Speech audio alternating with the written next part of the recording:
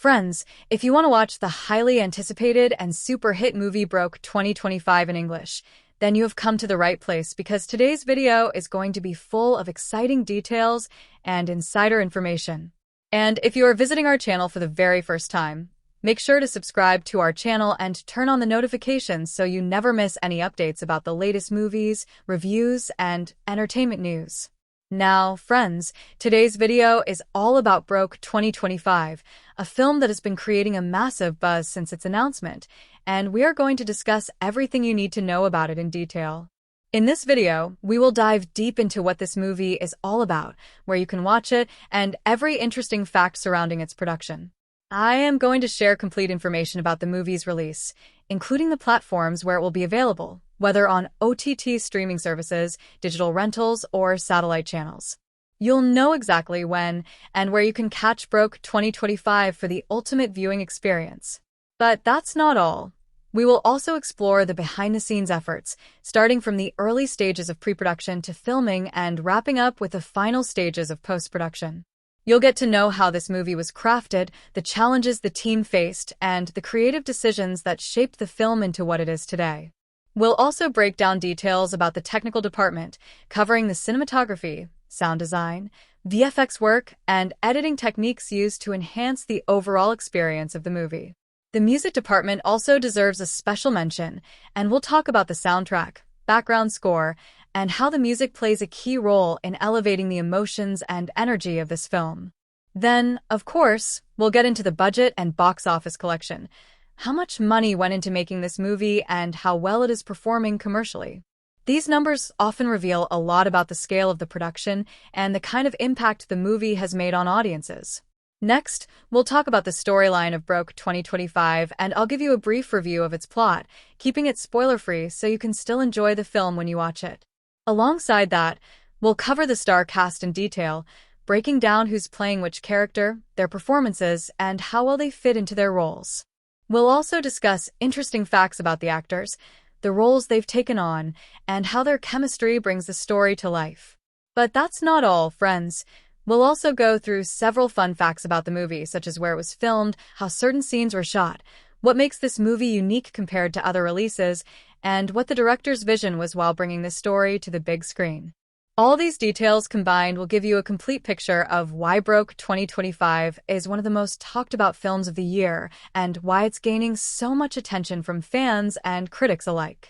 That's why I request you, friends, to watch this video till the very end, because there's a lot to discover about this movie and you won't want to miss any of the exciting updates I'm going to share. So grab your popcorn, sit back, and let's dive right into all the details about Broke 2025. Let's start the video.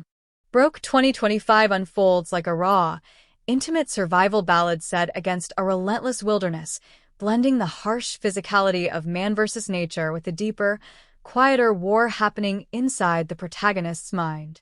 At its core, the film follows a former bronc rider, a man once defined by grit, resilience, and reputation, who now finds himself in the twilight of his career, aching bones, fading strength, and memories that refuse to settle. What starts as a simple journey home takes an unexpected turn when a freak spring blizzard traps him in a vast, unforgiving landscape where every decision, every movement, and every ounce of strength could mean the difference between life and death. But Broke 2025 doesn't just tell a survival story. It pulls you into an internal reckoning, forcing the audience to confront, alongside its protagonist, the fragile line between holding on and letting go. The narrative structure deliberately strays from convention. On the surface, the movie follows a straightforward, linear path, step by step, moment by moment, as the rider fights his way through blinding snow, dwindling supplies, and a storm that seems to grow hungrier the longer it rages. But beneath this linear march lies a fragmented inner narrative, shaped by memories, regrets, and fractured identity. Instead of clean-cut flashbacks with neat timestamps, the film allows memories to bleed into the present the way they actually do under duress. Messy, out of sequence, tangled up with sensations, triggered by the crunch of snow underfoot, the sound of a snapping branch, or the ache in a wrist bent one too many times on the rodeo circuit. You're inside his head as a sense of time fractures and folds, and the film uses this disorientation to mirror his mental and emotional state. While the storm outside threatens his body, the storm inside threatens his sense of self. From the opening act, the movie wastes no time establishing the stakes.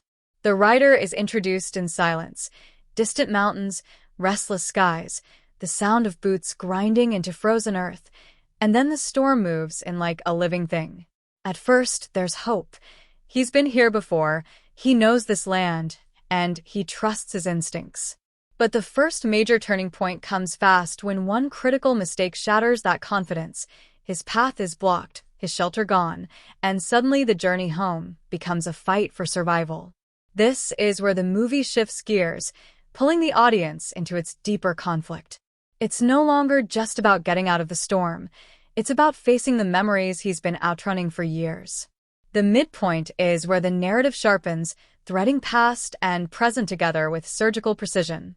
In one of the film's most powerful sequences, the writer collapses into a hollow drift, exhausted, and the cold begins coaxing forgotten moments from him.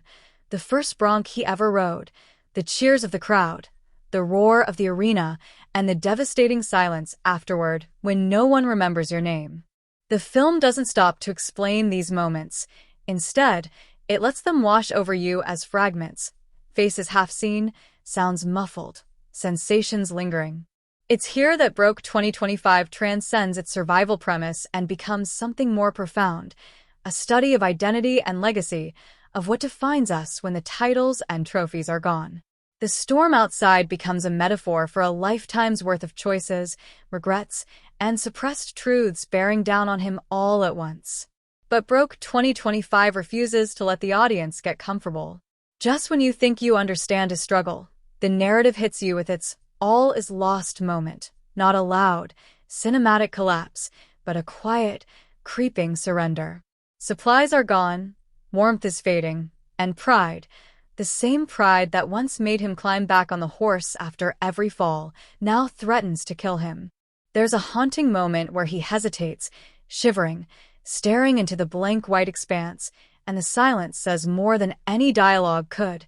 It's not just the snow he's fighting, it's the version of himself he's been carrying like an anchor. The climax is intimate, stripped down, and deliberately raw. The writer faces a choice: cling to the identity that's defined him for decades, the bronc rider, the man who never quits, the stubborn heart refusing to bend, or abandon that version of himself and adapt in order to survive.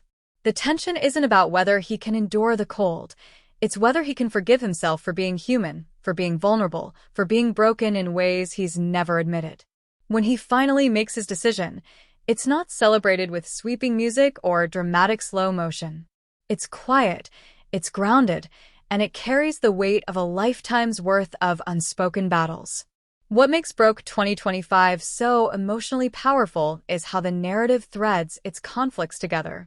There's the external fight, man against nature, bone against frost, breath against the frozen air, but layered beneath that is the internal conflict, a man wrestling with memory, regret, and identity. The rodeo culture lingers like a ghost throughout the film, shaping who he became and, in some ways, trapping him in a mindset where quitting equals death. But out here in the storm, that belief system turns upside down. Survival demands flexibility, humility, and a willingness to release what no longer serves him. The narrative continually circles this theme, showing us how sometimes the bravest act isn't pushing through, it's letting go. Every creative decision in Broke 2025 reinforces its storytelling. The cinematography uses blinding white expanses and suffocating close-ups to make you feel trapped with him, lost in the same storm. The sound design treats the wind as a living, breathing antagonist. It groans, screams, and whispers, becoming a character in its own right.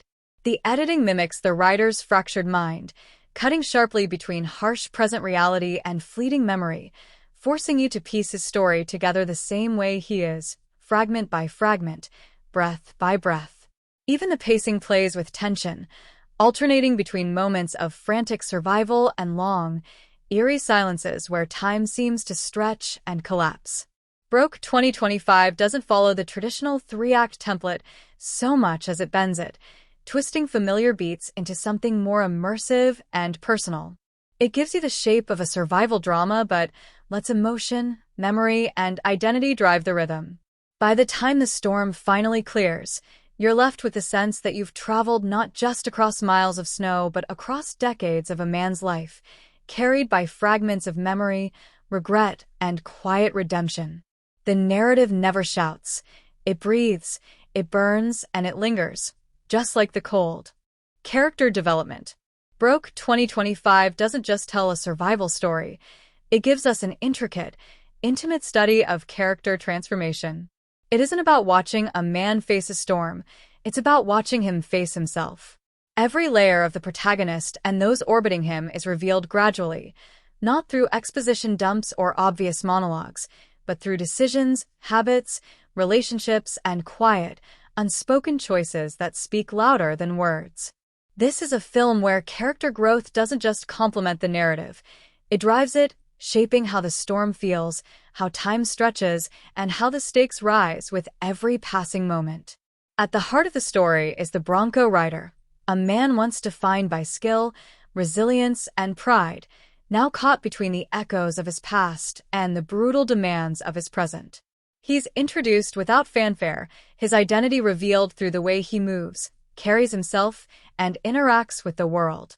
A simple habit, tightening his glove straps twice before stepping forward, rubbing the scar on his wrist, or adjusting his boots before walking, tells us more about him than dialogue ever could. In the first act, he's locked inside a mindset built on endurance. Keep going, keep winning, never stop. That stubbornness is his armor, a survival tool forged from years of living on the edge. But what once served him in the rodeo circuit becomes a liability in the wilderness, where brute force doesn't bend the storm and pride doesn't create warmth. The central arc of his character lies in unlearning what he's been taught, shifting from domination to adaptation, from proving strength to understanding vulnerability.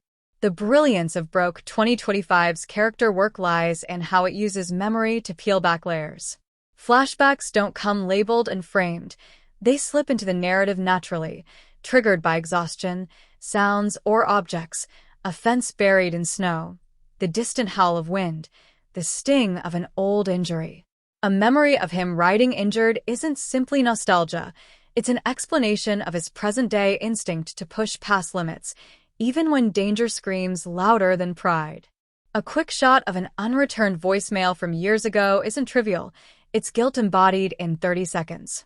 These fragments accumulate like frost, slowly showing us the man behind the mask, the hidden costs of years spent running toward adrenaline and away from connection.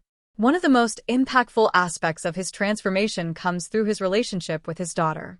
At first, she exists only as a distant presence, a looping voicemail caught between static and silence, her voice cheerful, innocent, and unaware of the storm swallowing her father. In these moments, she represents motivation in its simplest form. Survive so he can see her again. But as the movie progresses, she stops being a symbol and becomes a person in his mind. Suddenly, survival isn't about proving his toughness or beating the odds. It's about keeping a promise to someone who matters. Each decision he makes, from conserving energy to rationing supplies, subtly shifts from self-preservation to love-driven responsibility. Her presence transforms the tone of his fight, grounding him when panic tempts him toward recklessness. Then there's the former partner, a presence who shapes the emotional core of the protagonist's growth. She doesn't appear in the storm, but her memory threads through his consciousness, like an unresolved question. In fragmented flashbacks, sometimes quiet, sometimes sharp, we witness their arguments, the silences between them, the little cracks that widened into distance. Through her, we understand another side of him, the man who equated sacrifice with absence, who mistook bruises and broken bones for badges of devotion, who thought showing up to the rodeo arena meant showing up for his family. Her role in the narrative isn't about romantic longing, it's about reframing perspective. As her voice echoes in his mind, old arguments resurface with new clarity. Words he once dismissed now carry weight. Choices he defended now feel heavy. For perhaps the first time, he begins to understand not just what he lost, but why. That shift reframes how he measures value, by connection, not applause. We also meet a younger writer, either in memory or briefly before the blizzard closes in, and this character acts as a mirror reflecting who he once was. In the beginning, the protagonist carries himself like a preacher of toughness, dishing out hard-earned wisdom about grit, scars, and never quitting. To the younger writer, he's a living legend, a figure carved from rodeo folklore. But somewhere in the storm, that old sermon collapses under the weight of reality. The values he once preached, endure, override pain, prove you're unbreakable, suddenly look dangerous, even destructive.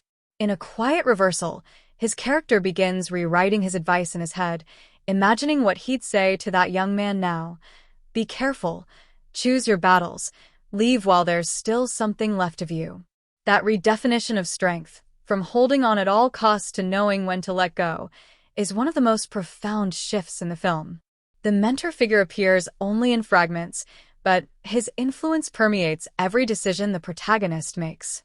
Early memories paint the mentor as a force of discipline, a hard voice drilling commands into the writer's head. Get up, no excuses, ride again.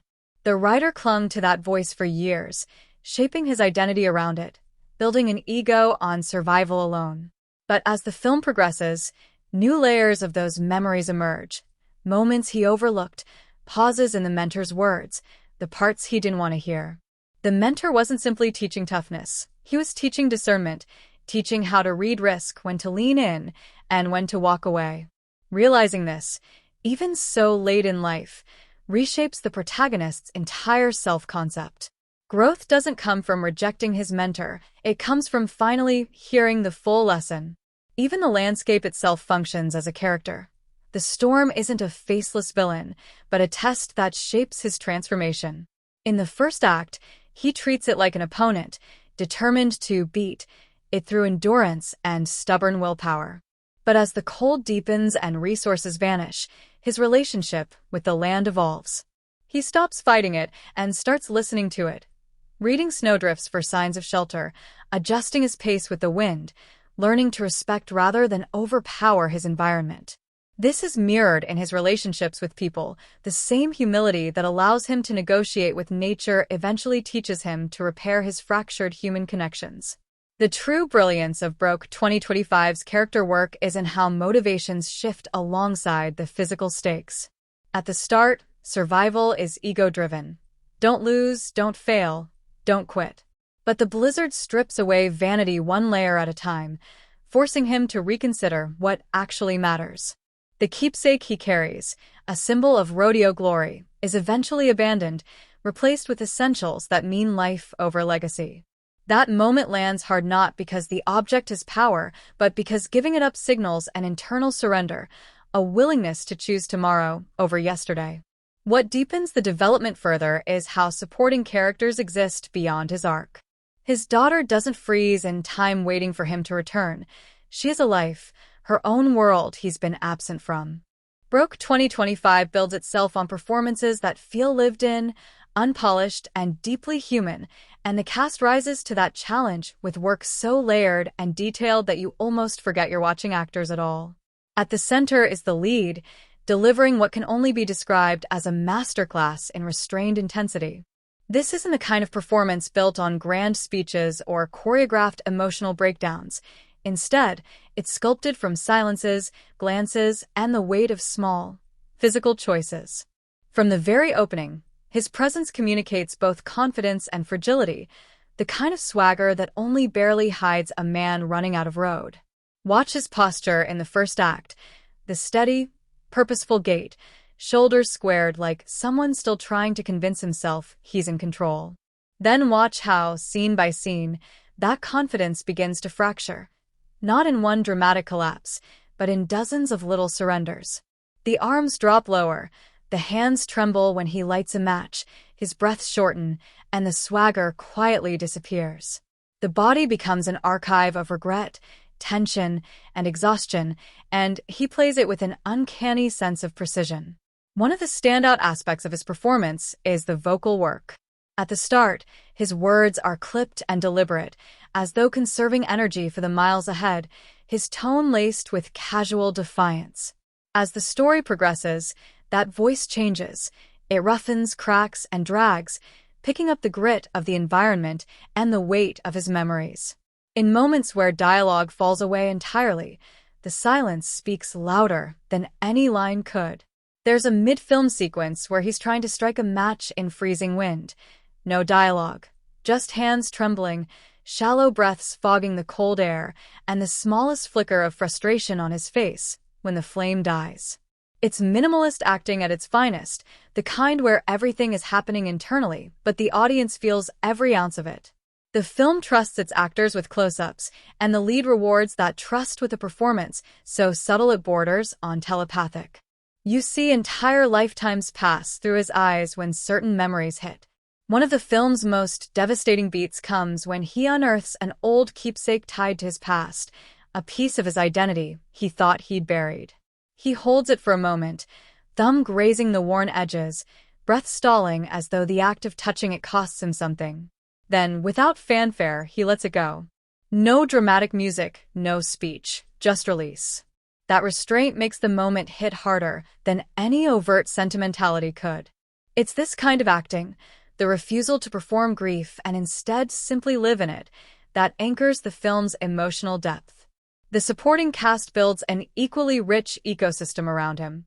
The actor playing his former partner is extraordinary in her quiet power. She moves like someone carrying invisible history, someone who has rehearsed forgiveness but hasn't fully delivered it. In a kitchen flashback, there's a pause before she speaks, a deliberate, weighted silence that tells you everything about their past before a single word is uttered. When the line finally comes, it's soft but cutting, delivered with the kind of controlled grace that lands like a wound you don't immediately notice. Her chemistry with the lead is electric not because of grand gestures, but because of micro-expressions, a raised eyebrow, a long inhale, a gaze that flickers between love and disappointment in the span of seconds. These two actors create a dynamic that feels raw and unfinished, mirroring the film's larger themes of broken cycles and unspoken regrets. Even the daughter's presence, though mostly voice-driven, is a highlight. Her voicemails could have been syrupy filler, but the actor approaches them with restraint and an almost accidental authenticity. She doesn't sound like someone performing grief or longing. She sounds like a real daughter leaving real messages, half-formed anecdotes, interrupted thoughts, moments of laughter layered over subtle sadness. When one message cuts out mid-sentence, the silence that follows feels heavier because the lead reacts not with tears, but with stillness. That moment of listening, where he leans in as though he could summon the rest of her words from memory, becomes one of the most quietly devastating parts of the film. Then there's the young writer, a supporting role so small yet so magnetic it reshapes the film whenever he's on screen. He carries the raw, untamed energy of someone untouched by consequence, his movements loose and restless, contrasting perfectly with the lead's weary restraint. In one memory, he laughs off an injury, treating pain like a dare, and you instantly understand who the lead used to be. When the narrative eventually circles back to this relationship, the younger actor becomes the mirror the older man can't avoid, a living reminder of choices made and roads abandoned. Their final interaction, sparse in dialogue but loaded with subtext, lands with surgical precision, pulling the audience into a quiet reckoning without needing to explain it. Even bit players breathe life into this world. A medic appears briefly to assess an injury.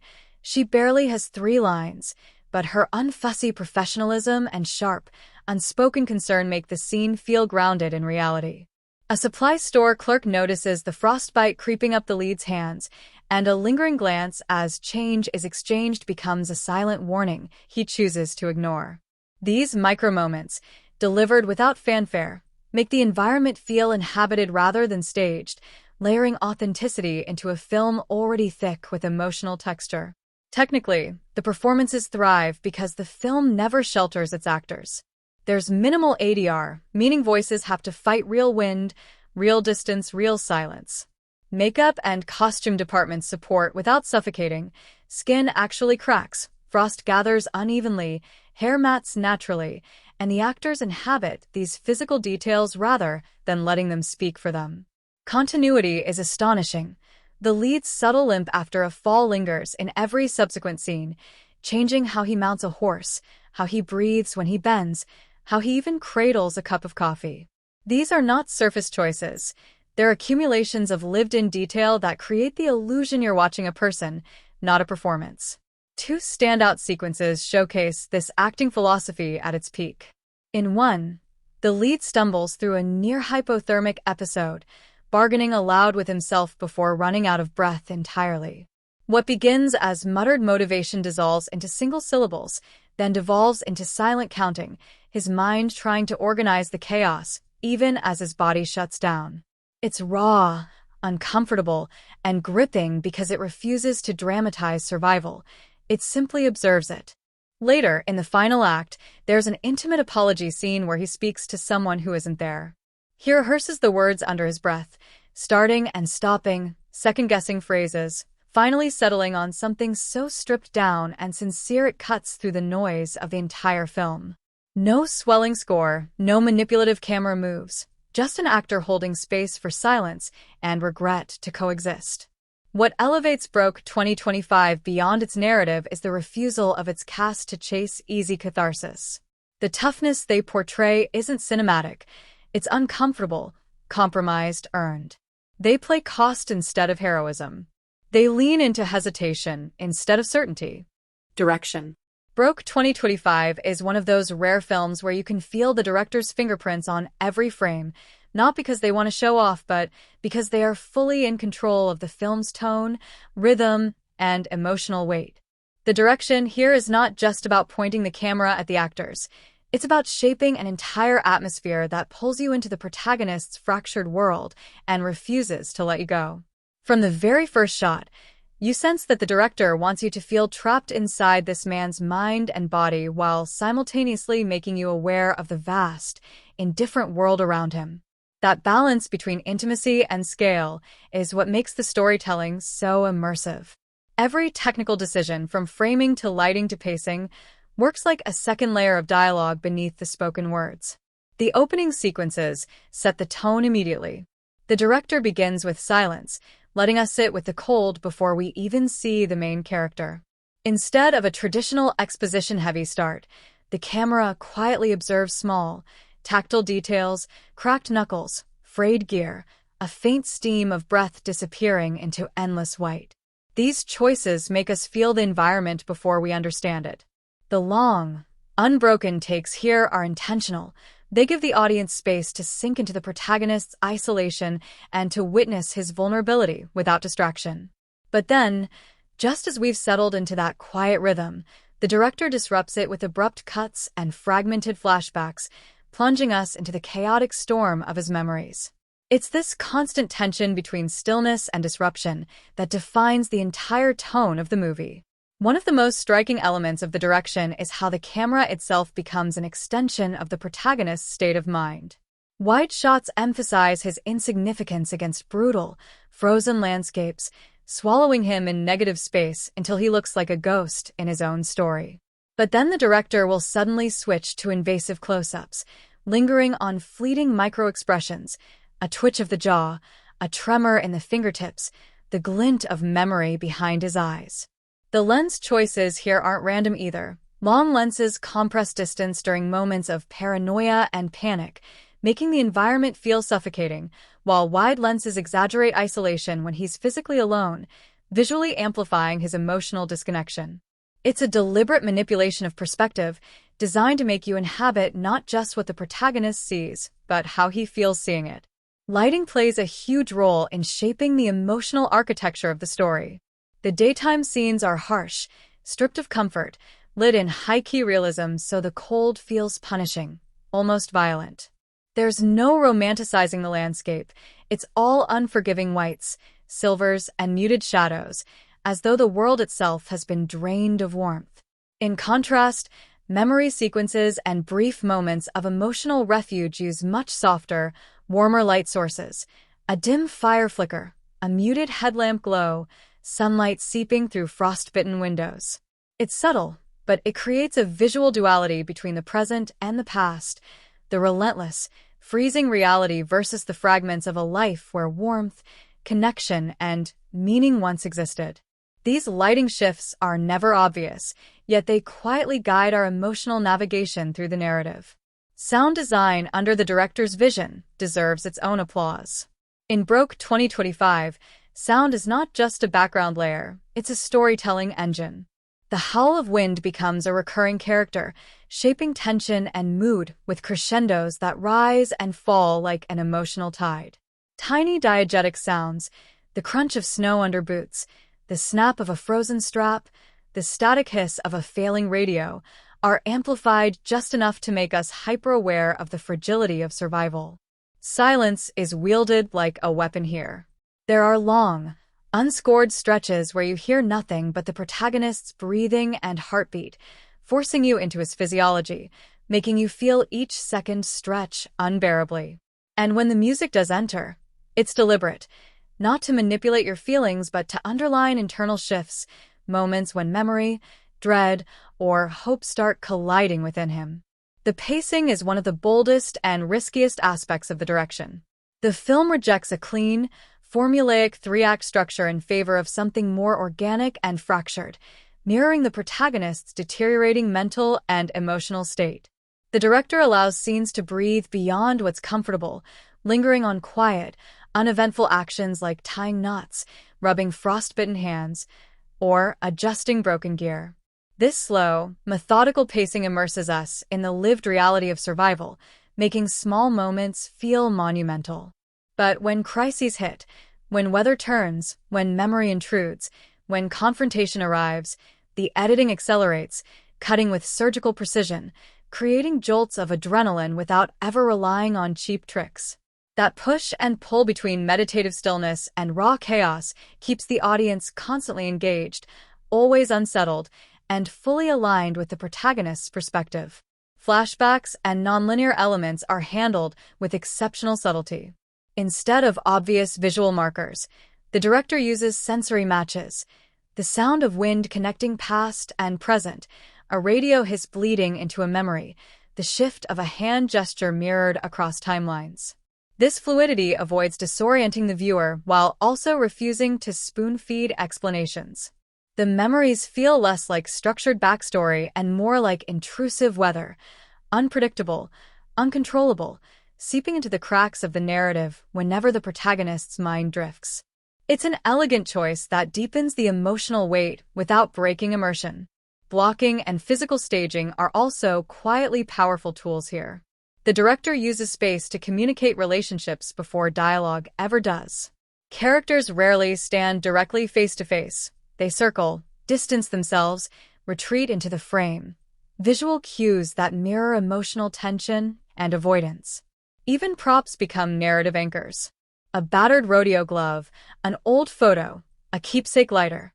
The camera treats these objects like emotional fossils, lingering on them just long enough for their meaning to build over time. Finally, performance direction deserves special credit. The actors deliver layered, restrained work, and that restraint comes from the director's insistence on naturalism over theatrics. Scenes are allowed to unfold in long takes, giving performers room to breathe, improvise, and inhabit silences rather than filling them with exposition. Micro-expressions, shaky movements, unscripted hesitations. The camera stays patient enough to catch those moments of truth, elevating authenticity above cinematic polish. Broke 2025 is, at its core, a film where direction acts as translation, transforming cold, external landscapes into reflections of a fractured internal state. Every technical decision, from framing to sound to pacing, is tied to character psychology, making the story not just something you watch, but something you feel happening to you in real time. It's not flashy, but it's deliberate, immersive, and unrelenting, turning a survival drama into an intimate, almost meditative exploration of memory, regret, and resilience.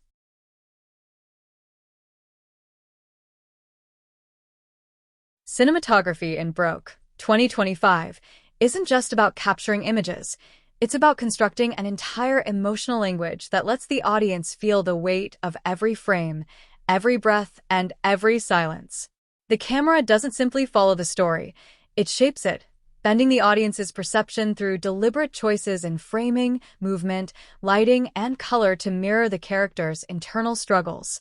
From the very first shot, you know you're stepping into a film where the visuals speak louder than the dialogue, and every decision behind the lens is purposeful, layered, and deeply tied to the narrative's psychology. The opening sequence sets the tone immediately. A high, slow aerial establishing shot drifts above a vast, desolate landscape, shrinking the protagonist into insignificance. The expanse swallows him, lost in endless white, and before anyone says a single word, the camera communicates isolation, fragility, and survival.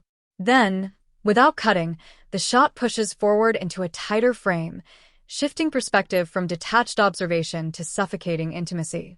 This single transition encapsulates the movie's visual philosophy, the dance between distance and closeness, environment and emotion, silence and chaos. Camera angles are deployed like emotional cues. Low, slightly tilted frames give instability when the protagonist overreaches or falters, while high, almost godlike bird's-eye perspectives show just how small, powerless, and expendable one man is against his environment. Often, the cinematographer uses off-center compositions, leaving large pockets of negative space, which creates a sense of absence, loss hanging like an unseen presence in the empty frame. When the camera locks tightly on the protagonist's face, especially in sequences of solitude, it forces the audience to examine micro-expressions, the twitch of a lip, the weight behind an unfocused gaze, the tightening of fingers. By contrast, in moments where emotional numbness sets in, the camera deliberately pulls away, letting him dissolve into the landscape until he looks nearly indistinguishable from the backdrop, visually reinforcing his growing detachment from self and world. Lens choice operates almost like an emotional filter. Wide-angle lenses dominate scenes of confusion, pushing the periphery into subtle distortion and exaggerating scale, making the world seem alien and warped when panic takes hold. Long telephoto lenses, however, are reserved for compression, bringing distant elements uncomfortably close, collapsing depth, and making even open spaces feel suffocating, as though the environment is pressing down on him. Depth of field is carefully weaponized throughout. Razor-thin focus isolates objects and memories that carry narrative weight, a weathered photograph, a keepsake, a flashing voicemail icon, while throwing the surrounding world into an indistinct blur, mirroring his obsession and selective attention. In contrast, wide-open daylight scenes often employ deep focus, revealing every grain of snow, every harsh texture of his surroundings, making the environment not just a setting but a fully realized antagonist. Lighting is where the cinematography truly becomes storytelling. The film embraces naturalistic light to mirror realism and psychological tone. Harsh midday sun burns the snow into blinding white, reflecting the protagonist's exhaustion and sensory overwhelm, while nighttime plunges the world into consuming darkness punctuated only by practical, desperate light sources, a match's short-lived glow, the muted warmth of a kerosene lamp, the cold beam of a dying flashlight. The cinematographer treats these lights not simply as visibility tools, but as emotional anchors.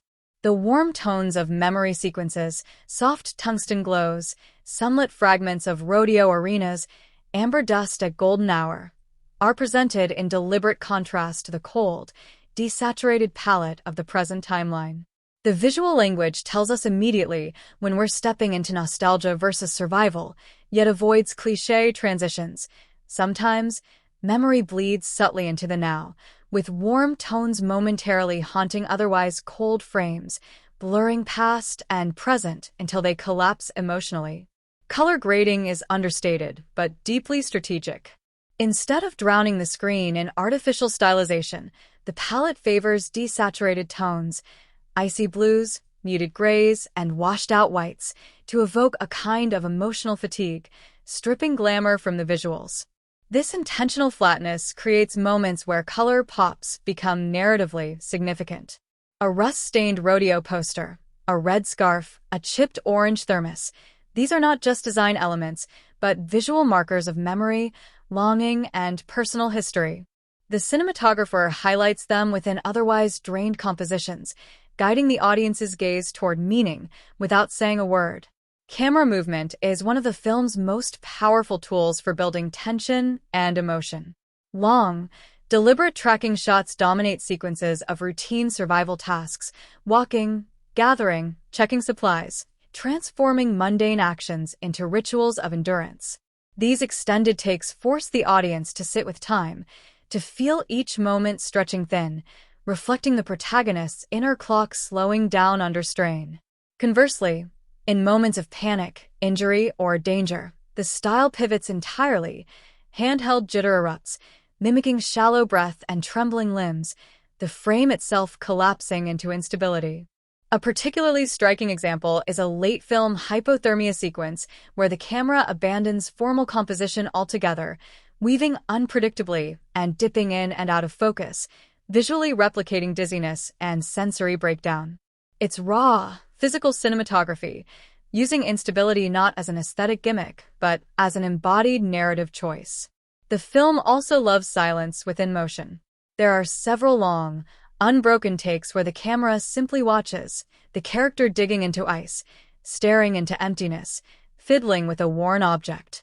These shots can last minutes, with almost no dialogue or cuts, but their tension comes from patience. You're forced into a psychological state, absorbing every small detail. On the flip side, fast, rhythmic cutting punctuates key turning points: the release of a keepsake, the collapse of a shelter, the sudden crack of ice, injecting urgency into a narrative that otherwise thrives on stillness. Some sequences are visually breathtaking enough to stand on their own. There's an overhead tracking shot following the protagonist trudging across a windswept ridge, his footprints trailing behind like a signature slowly erasing itself in the storm. There's a haunting handheld sequence where a memory suddenly overtakes him and the camera whirls slightly out of sync, cutting between his dazed present and fragmented flashbacks without formal transitions.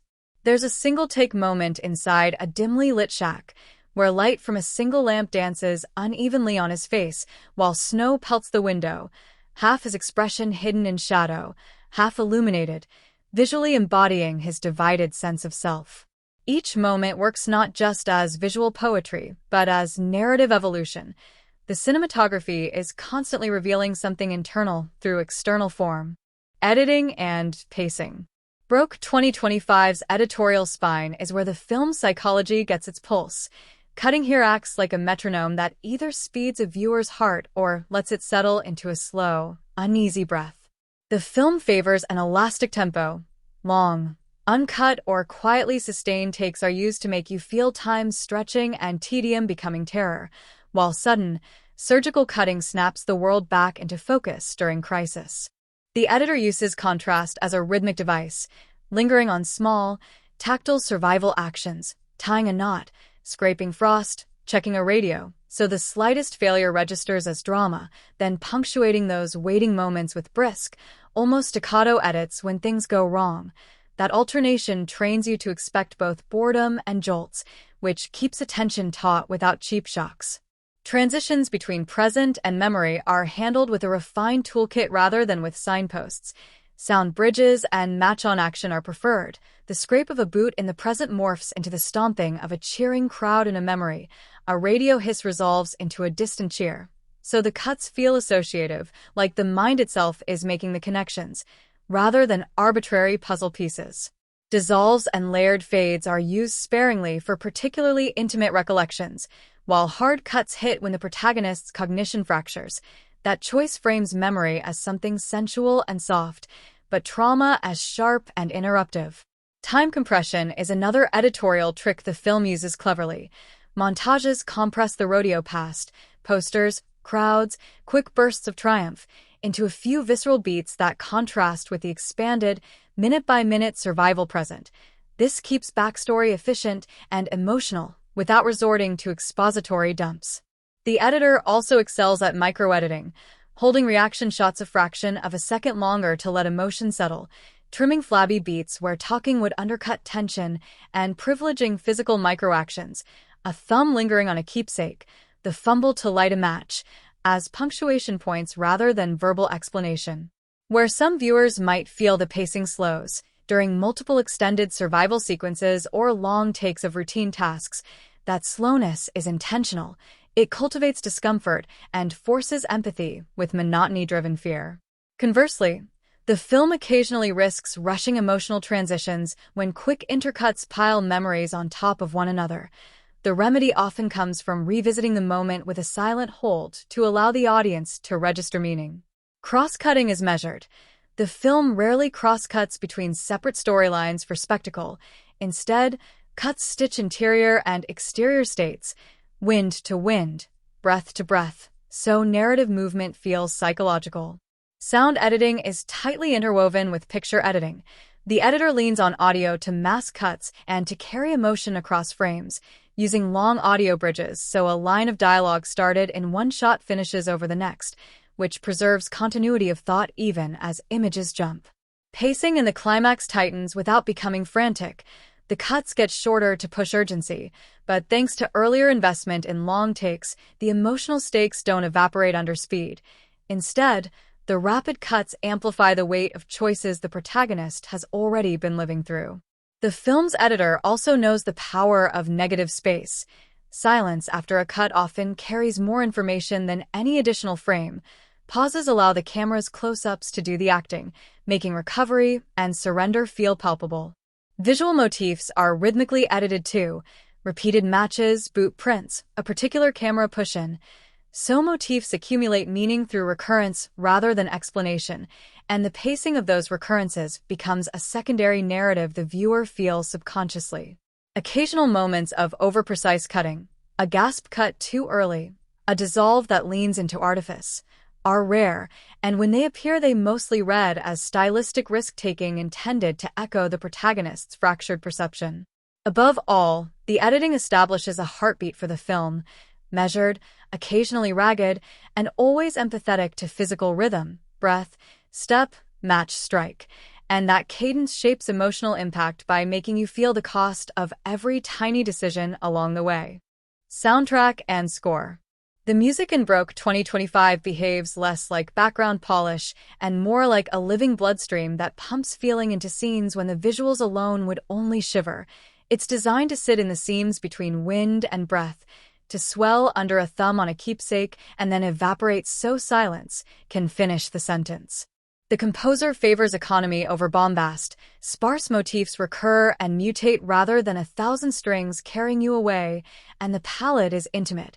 Low-register strings and bowed cello drones create a constant subterranean pressure that reads as the storm's low-frequency voice, a fragile piano motif, often pared down to a 3- or 4-note cell, serves as the emotional lodestar tied to memory and promises. And subtle ambient textures, processed field recordings of wind, distant animal calls, and the creak of frozen wood, are woven into the score so that music and sound design sometimes become indistinguishable. That blending is intentional. Diegetic elements, a half-heard rodeo anthem, a crackling truck radio, a child's voicemail with music bleeding in, are used as footholds into the non-diegetic score. A radio hiss will resolve into a string pad, or an arena clap will be echoed by a percussive thud in the score, so transitions from past to present feel like acoustic matches rather than cinematic signposts. Recurring motifs are handled like characters. There's a small, plaintive phrase that first appears as a whistled lullaby in a voicemail and later returns as a raw, single-note cello line during a freezing night. When the motif is full-bodied and warm, it cues tenderness. When it's stripped to a single, brittle interval, it reads as regret. The storm motif is more textural than melodic, a low, oscillating drone with intermittent metallic scrapes and processed breaths that can swell into the mix to signal external danger or soften into a subsonic hum to mirror internal pressure. Because it is mostly rhythmic and timbral, it feels elemental, not sentimental. Instrumentation choices underline the film's world without leaning on genre cliches. Acoustic guitar or pedal steel appears sparingly in flashback sequences to evoke rodeo life and community, but these instruments are almost always filtered through reverb or tape saturation to make them feel memory-shaped rather than celebratory. More often the score leans on bowed strings, sparse piano, occasional harmonica or mournful woodwind, and subtle electronic beds that extend the emotional timbre into uncanny territory. Silence plays as much of a role as the instrumentation. Long, deliberate gaps in the score force the audience into the film's physicality, letting diegetic wind, the rasp of clothing, or a character's breathing carry the emotion, so that when the music re-enters it lands like a physical touch rather than an explanation. The composer uses restraint as a rhetorical device. In the match-striking sequence, for instance, sound design captures the brittle sound of the match and the crack of air.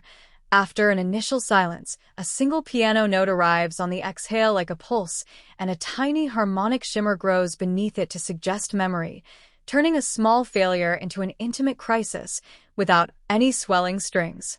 Conversely, at the midpoint psychological crack, when memory and present begin to braid, the editing and score align. Quick, dissonant clusters and staccato string snaps punctuate flash fragments. The score occasionally uses microtonal inflections to unsettle the listener and replicate hypothermic cognition. And the pacing of musical phrases tightens to match rapid cutting, so the sound itself feels like a pulse that shortens as panic sets in. There are also moments of clever orchestration where the same melodic cell is reharmonized to show transformation. A warm, full-bodied arrangement of the daughter motif in a childhood memory becomes a sparse, intervallic echo in the present, signaling change without exposition. The mixing choices are subtle but crucial. Rather than bury the score under dialogue or wind, the sound mix treats music as texture, sometimes pushed into the foreground during internal sequences and pulled back to an almost inaudible hum during scenes requiring the immediacy of onset sound, so the emotional cues never feel manipulative. The score also smartly uses recurring percussive elements, an almost heart-like thud made from a layered combination of distant timpani and the rumble of a passing truck, to anchor moments of decision. When that percussive heartbeat slows or stops, the audience feels the character's exhaustion tangibly. Standout compositions are not big set pieces but concentrated vignettes. A resigned piano and string bed under a late-night confession, a sparse ostinato under a survival montage that accelerates and then collapses into silence, and a haunting, reverb-drenched solo that surfaces in the film's final stretch, unresolved and slightly dissonant, leaving the air charged rather than closed. The collaboration between composer, sound designer, and director is evident in the way music cues are sometimes born from environmental recordings. Ice cracking becomes a rhythmic element. Radio interference turns into a washed pad, so the score is as much sculpted from the world of the film as it is composed in a studio. Above all, the music's greatest skill is timing. It knows when to withhold, when to mirror a breath, and when to let a single, fragile harmony bloom into meaning. Because of that discipline, the soundtrack enhances emotional beats without ever fighting the acting or the silence, making each musical moment feel earned, tactile, and intimately bound to the character's inner weather. Broke 2025 works like a slow excavation. Themes are gradually peeled back rather than stamped on the forehead, and what emerges is a surprisingly dense cluster of ideas about identity, value, memory, and the cost of living by a single virtue. At the surface, the film is about survival, but under that skin it asks what survival actually buys you: fame, trophies, the ability to tell a story about yourself, and whether those purchases were ever worth the price. Identity and legacy pulse through the picture. The protagonist's rodeo past functions as both shrine and shackle, every keepsake and poster a ledger entry of reputation traded against relationships. The film repeatedly asks whether a life built to prove something to strangers can be reclaimed for private, quieter obligations. Pride versus vulnerability is threaded through performance choices and blocking. Early physical bravado becomes by the end a litany of small concessions, sharing rations, dropping a talisman, that reframe courage as the willingness to change rather than to endure at all costs. Memory and time are formal themes too. The nonlinear intrusions read as how memory actually behaves under stress, associative, sensory, unreliable, so time isn't a narrative gimmick but a psychological map that shows the habits that got him here. The body as archive idea is powerful. Injuries, limps, and the way frost forms on fingertips are treated as evidence of choices, not just costume, so embodiment becomes moral text. Masculinity and culture, especially the Rodeo's code of toughness, are examined without moralizing. The film lets you feel the culture's seductive logic. It produced skill and dignity, and its cruelty. It rewarded concealment of harm. Family and responsibility alter the stakes substantially. The daughter's intermittent voicemails convert abstract regret into concrete duty, turning survival from ego project to owed work. Nature functions as a blunt revealer of priorities rather than merely an antagonist. The storm doesn't punish for sin so much as remove comfortable illusions and force negotiation. Symbolism is economical but consistent. Matches, boot prints, a rusted poster, the radio battery. Objects repeated until they accumulate thematic weight. Small gestures, letting a keepsake go, answering a call, reserving warmth for another, become the moral currency of the film. The film also interrogates agency. Key moments pivot on choice rather than inevitability, suggesting that redemption can be tiny and iterative rather than triumphant and cinematic. Stylistically, the themes are reinforced rather than lectured. Editing, sound, and cinematography translate interior questions into sensory experience, so you feel the theme instead of hearing it explained. Are the themes ever heavy-handed? Rarely. A montage or a line converge on signposting, but mostly the film avoids sermonizing by trusting microactions and ambiguous endings to do the work. The questions that linger: what counts as winning? How do you measure a life? Can habits learned for survival be unlearned without loss? Are thought-provoking because they're left open. The movie doesn't hand you answers but hands you evidence and lets you weigh it. In short, Broke 2025 treats its themes as weather, sometimes obvious in a gale, sometimes a slow drizzle that soaks through the seams, and because the film integrates craft and character so tightly, those themes land with quiet force and stay with you after the credits roll. Visual effects and CGI. Broke 2025 treats VFX as a servant, not a show-off.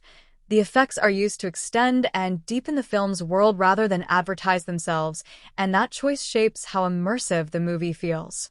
The biggest visual trick the production leans on is weather: blizzards, drifting snow, wind-whipped particles, and the team mostly accomplishes this with a hybrid approach: practical wind rigs, real snow and ice on set for actor interaction, and digital particle systems layered in post to sell scale and fury. That combination matters because the eye immediately trusts physical interaction: snow landing on eyebrows, breath fogging, boots sticking in slush, and the digital work fills the gaps: more snow volume, blowing spindrift at camera distance, aerial swirls that would be impossible or unsafe to stage practically. Where the CGI shines is in micro-interaction. Tracks get softened by digitally animated drifting, snow adheres to jackets and then melts in patches rather than looking uniformly painted on, and falling flakes catch highlights and cast tiny, believable shadows. Those little details are what keep effects invisible. Matte paintings and environment extensions are used to broaden horizons. Empty plains and distant ridgelines are often augmented rather than built, and the key there is consistent atmospheric perspective. The graders keep haze, color temperature, and grain matched so the eye doesn't read a seam at the skyline. Stunts that would risk the actor get safety-first digital doubles and subtle face replacement work, but the filmmakers keep such swaps minimal, preferring to stage most of the physicality practically. When a digital double is used, it's purposely obscured by falling snow or motion blur, so the trick isn't obvious. The compositing work is thoughtful. Contact shadows, ambient occlusion, and careful light wrap make CG elements sit in the scene, so a snow cloud actually dims a face rather than sitting on top of it, and particle sims are tuned with believable scale and turbulence, so the storm feels chaotic instead of poster-perfect. Practical effects still carry the emotional beats: prosthetic frostbite, cracked skin, real sweat frozen at the temple, and the digital team uses subtle touch-ups to enhance those prosthetics: frost that accumulates deeper between takes, micro-ice forming around eyelashes, rather than replacing them. Where problems can creep in, and where the film occasionally flirts with distraction, is in repetition and patterning. Looped particle animations or uniformly scaled flakes betray CG, or when a digital snowfall fails to interact with a practical prop, no snow on the side of a boot that should show accumulation. The most convincing VFX moments are the quiet ones: An extended sequence where a drifting veil of flurries erases a set of footprints, or a gust that peels a poster off a wall and sends it tumbling, because those beats require precise collision sims, believable material response, and rotoscope shadowing, and when done well they read as narrative punctuation, not spectacle. Color grading and film grain are also essential CGI allies here. The VFX passes are intentionally graded to the same LUTs and grain structure as the camera plates, so the digital editions feel like they were shot on set. The team also cleverly uses subtle digital tricks for storytelling. A memory sequence might have a very slight, stylized bloom and animated film grain applied to CG elements to mark a tonal shift without a hard cut, or the breath in a nearly hypothermic close-up is digitally amplified so the audience hears and sees that fragile life signal. Overall, the production favors practical first, digital augment second, and that decision limits distraction. When CGI does appear in full view, large-scale drifts, aerial storm vistas, sky replacements, it's because the filmmakers needed scale that reality couldn't safely or affordably provide, and those moments are crafted to maintain physical logic, correct lighting direction, matched perspective, and believable occlusion. If you're watching closely, you'll spot tiny seams now and then, a particle that clips geometry, a repeated smoke curl, but for the most part VFX and practical effects collaborate to make the weather itself feel like a character, a force that sculpts the story rather than a layer of cinematic frosting. Broke 2025 builds its world the way a good craftsman builds a saddle, layer by layer, detail by detail, until the thing fits into the actor's life so naturally you stop noticing it and only notice what it means. The production design and locations do more than provide backdrops. They act like memory anchors and character dossiers that the camera and actors can read. The film's geography is smartly drawn.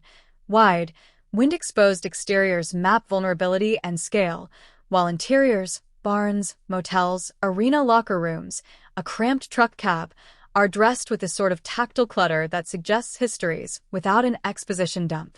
In the arena, we don't just see sponsor banners.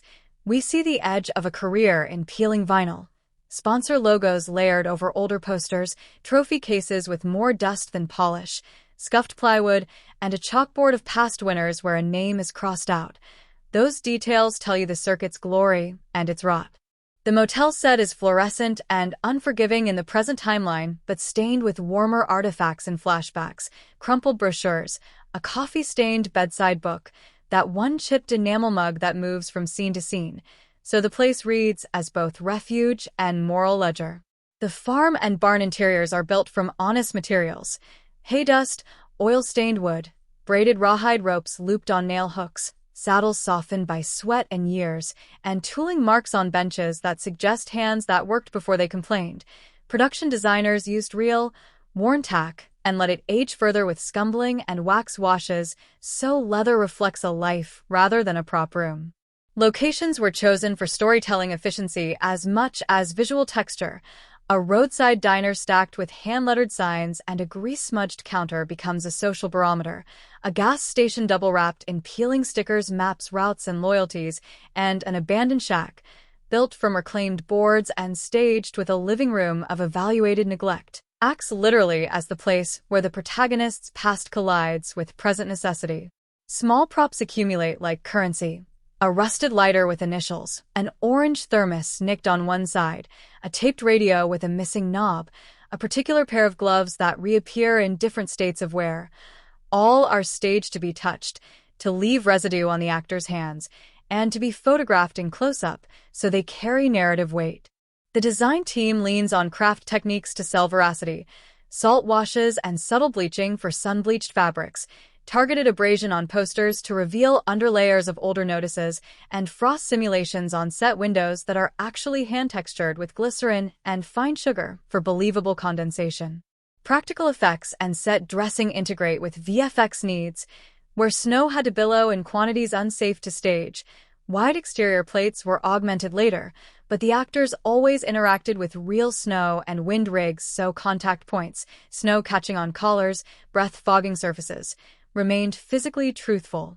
Color and material choices reinforce themes. Interiors favor rust, tobacco brown leather, thrift store denim, and muted earth tones that register as lived-in and slightly out of fashion, while exteriors are rendered in cold, desaturated blues and silvers so the man moves between warmth and erasure. That deliberate palette gives cinematography obvious hooks. The production designer placed a few saturated anomalies, an orange poster, a red scarf, an old blue pickup, to act as visual punctuation and to guide the eye toward emotional anchors. Blocking and set geometry are used narratively. Large negative spaces in the landscape emphasize absence and loss. Narrow barn aisles and low-ceilinged motel rooms compress the frame to heighten claustrophobia, and the designer intentionally left doorways slightly askew, or a table placed off-center so the camera can suggest imbalance, without a line of dialogue. The world feels lived in because the art department prioritized continuity and human traces. Beer cans with consistent dents across shots, faded handwriting on a ledger that appears in multiple scenes, and posters that age in sequence so the audience senses time passing even when the edit folds minutes together. Production design also supports performance. The props are placed within reach, pockets lined with personal items the actor can automatically grip, and the set carpentry allowed safe, repeatable stunts, ramps, reinforced fence posts, so action reads authentic without sacrificing safety. Locations add depth by creating contrasts. The charged, noisy crowd of a rodeo sequence, dressed with patchwork banners, hand-painted signage, and a realistic mix of vendor stalls, juxtaposes with the eerie quiet of an open ridge where a single boot print becomes a major visual event. That contrast reinforces the film's emotional stakes and gives the audience physical memory cues to anchor transitions between past and present. Even the secondary spaces matter. The supply store has shelves that sag under the weight of utilitarian objects. The mechanic's garage smells of solvent and has a chalkboard scrawled with local shorthand, and a church hall carries a cross-hatched pattern of folding chairs and obsolete flyers that hint at community networks outside the protagonist's orbit. Where the film takes risks, such as staging an interior sequence that needed to read like exterior weather, the team used practical light traps, low ceilings, and controlled airflow to create believable wind-driven interiors, and then augmented them in post. This hybrid approach retained actor performance fidelity while delivering spectacle. The production design also plays a role in the film's emotional language. Motifs repeat: a particular poster edge, a dent in a horse trough, a carved initial on a rail. So sets behave like mnemonic devices. When the camera lingers on the same object later, its context is changed and the viewer perceives growth or loss. Logistically, smart location choices help the film breathe. Shooting an actual small-town arena and repurposing a nearby barn saved build time while granting authenticity, and dressing these sites with carefully sourced antiques, regional signage, and local debris created textures that no soundstage could replicate. Sound and set design collaborate closely. The creak of a stall door, the thump of a trailer hitch, the hollow echo in a locker room. So physical resonance of materials was considered in scenic choices. Thicker boards, certain fabric backings, and the placement of metal sheets were all used to sculpt diegetic sound. In short, the sets and locations in Broke 2025 are not scenic afterthoughts.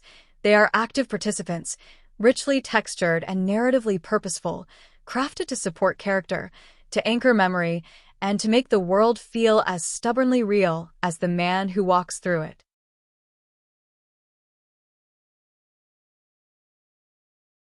The dialogue in Broke 2025 operates less like scripted lines and more like living fragments of overheard memory, giving a sense that the characters are speaking from somewhere real rather than performing for the audience. The script avoids theatrical overstatement and instead builds its rhythm from pauses, half-answers, stumbles, and sentences that trail off when the emotion gets too heavy to sustain.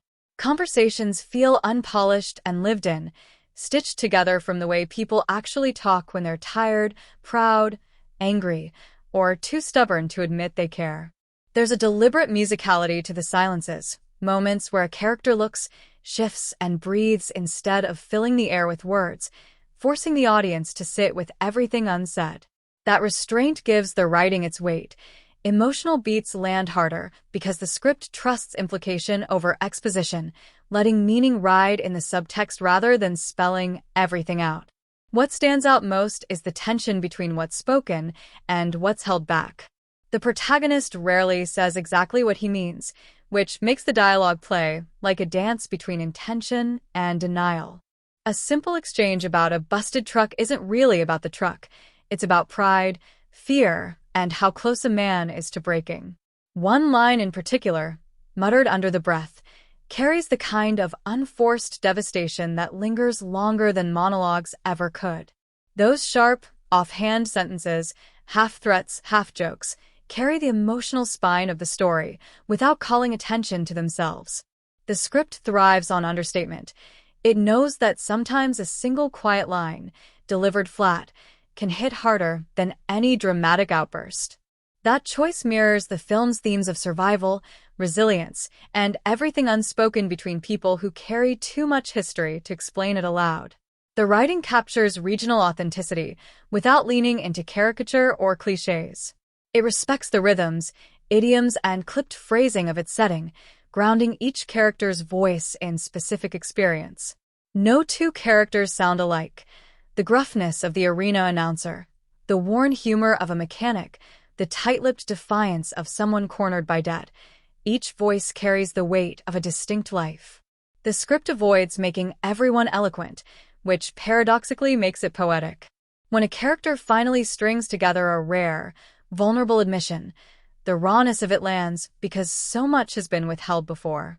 This balance between the everyday and the profound keeps the dialogue unpredictable. The audience leans in because every pause could lead to confession, confrontation, or collapse.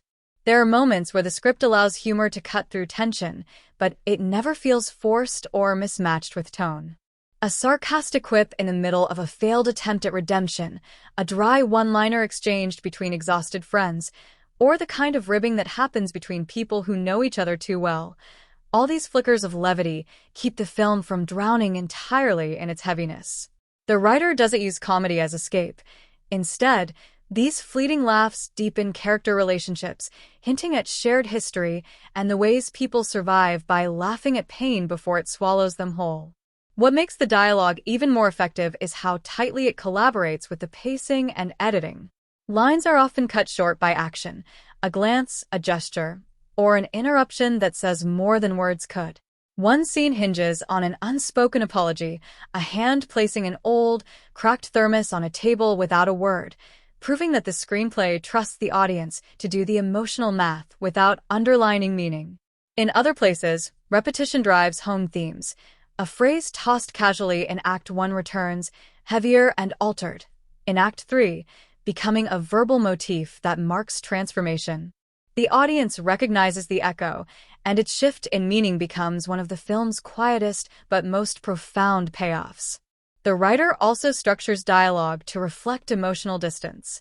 In early scenes, characters talk past each other, overlapping with half-thoughts and unfinished sentences, avoiding direct confrontation like two people circling a wound without touching it. As the story tightens, so does the language. Sentences become cleaner, stares last longer, and eventually silence dominates where words once filled the space. That evolution mirrors the protagonist's internal journey, showing growth not by what he says, but by when he chooses not to speak. It's storytelling through verbal restraint, where the lack of dialogue becomes its own narrative beat. And then there are the lines that define the film, the ones so spare and cutting they linger long after the credits roll. One line, thrown out almost casually during a late-night argument, doubles back later as the emotional fulcrum of the climax. Another lands like a confession disguised as defiance, a reminder of how pride, desperation, and regret can collapse into a single sentence when someone has nothing left to bargain with but words. These moments aren't highlighted with swelling music or dramatic close-ups. They're buried in the natural flow of conversation, which makes them feel earned rather than manufactured. The script is careful about balance. It leans into realism without sacrificing lyricism, ensuring the dialogue feels authentic, but also layered with meaning beneath its simplicity. It trusts its characters enough to let them contradict themselves, to lie, to change their minds mid-sentence, to say one thing and mean another entirely. That complexity is what makes the conversations so rich. The writing acknowledges that people don't just speak to communicate. They speak to hide, to provoke, to self-soothe, and sometimes, when they can't help it, to reveal the truth by accident. In Broke 2025, the dialogue lives where memory, regret, and longing intersect, and that depth gives the words a lingering, haunting resonance that stays with you well beyond the film's final frame. Genre execution.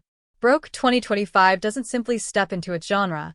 It wrestles with it, bends it, and reshapes it into something raw and unpredictable. On the surface, it carries the DNA of a survival drama laced with underdog grit, but it refuses to settle comfortably into the formula audiences expect. Instead of leaning on the clean arcs and triumphant payoffs often found in similar films, it digs deeper into the messy realities of desperation, choices, and consequences. This isn't the kind of story where victories come easy or redemption arrives wrapped in a neat bow. The film thrives in the gray spaces of its genre, turning familiar beats on their head and finding tension in the unexpected. One of the most striking aspects of its execution is how it plays with audience expectation. Where a traditional redemption drama might set up a clear trajectory, a fall, a fight, a climb back to glory, Broke 2025 keeps shifting the ground beneath your feet. The protagonist's journey isn't linear. Moments of triumph are undercut by setbacks, and scenes that seem to promise relief twist into confrontation instead. This unpredictability creates a constant low hum of tension because the film refuses to telegraph where it's going next. There are points where you expect a classic showdown, a heroic victory, or an emotional reconciliation, but the story sidesteps these cliches in favor of choices that feel more grounded and painfully human. By doing so, it turns genre familiarity into a weapon, keeping viewers engaged by giving them what they think they know, only to pull it away when it matters most. Another way Broke 2025 distinguishes itself is in how it blends tones that would normally clash in lesser hands. The film balances suspense, character-driven drama, and fleeting moments of humor without ever feeling uneven. A scene brimming with tension can be punctured by an unexpected laugh, not to deflate emotion but to deepen it, grounding the characters in their shared humanity. That's where the execution really shines. It understands that life, even in its darkest hours, has flashes of absurdity and irony, and it weaves those contradictions into the fabric of the narrative rather than keeping them in separate tonal boxes. The audience isn't just pulled through moments of conflict and release. They're immersed in the unpredictable rhythms of survival, where fear, frustration, and hope often exist in the same breath. Within its genre, the film also redefines how stakes are built. It doesn't rely on explosive set pieces, overly stylized action sequences, or melodramatic confrontations to escalate tension. Instead, Broke 2025 leans into quiet intensity. The suspense is often internal, driven by choices, silences, and split-second decisions rather than big, orchestrated spectacles. A glance held too long, a car idling at the edge of a dusty lot, a handshake offered with hesitation. These small, tightly wound moments carry the weight of entire battles without needing elaborate choreography to make them compelling. The film trusts the audience to feel the unease without shouting it, and that restraint makes its most suspenseful beats land harder than any explosive climax could. At the same time, the movie borrows from genre traditions just enough to ground itself in familiarity, creating tension between comfort and surprise. There are recognizable structures, a flawed protagonist, looming deadlines, hard choices that spiral into unexpected chaos. But these tropes are used as a framework, not a crutch. It's as though the film acknowledges what you think you're about to watch, then deliberately reshapes those patterns to tell a story that feels personal rather than formulaic. Even its most intense scenes are anchored in character rather than spectacle. The stakes aren't just external but emotional, built around pride, regret, and survival rather than abstract threats or generic villains. The unpredictability also extends to how Broke 2025 handles emotional payoff. Most genre films set up cathartic crescendos, moments where everything finally clicks into place and characters get closure neatly tied up in dialogue or action. Here, resolution comes in fragments, often layered beneath silence or unfinished sentences. It lets the audience sit with discomfort, trusting them to find meaning between what's said and what's withheld. That refusal to over-explain sets the film apart from more conventional takes on its genre, rewarding close attention instead of spoon-feeding emotional beats. Even the pacing reflects this genre subversion. Where similar films might accelerate toward climactic confrontations, Broke 2025 slows down when you expect it to sprint and lingers on quiet moments most directors would cut away from. A long-held shot on a cracked windshield or a muted argument behind a closed door carries as much dramatic weight as a chase sequence might in another film. That willingness to give space for tension to breathe mirrors the uncertainty of the characters' lives. Time stretches and contracts unpredictably, mirroring the emotional chaos within the story itself.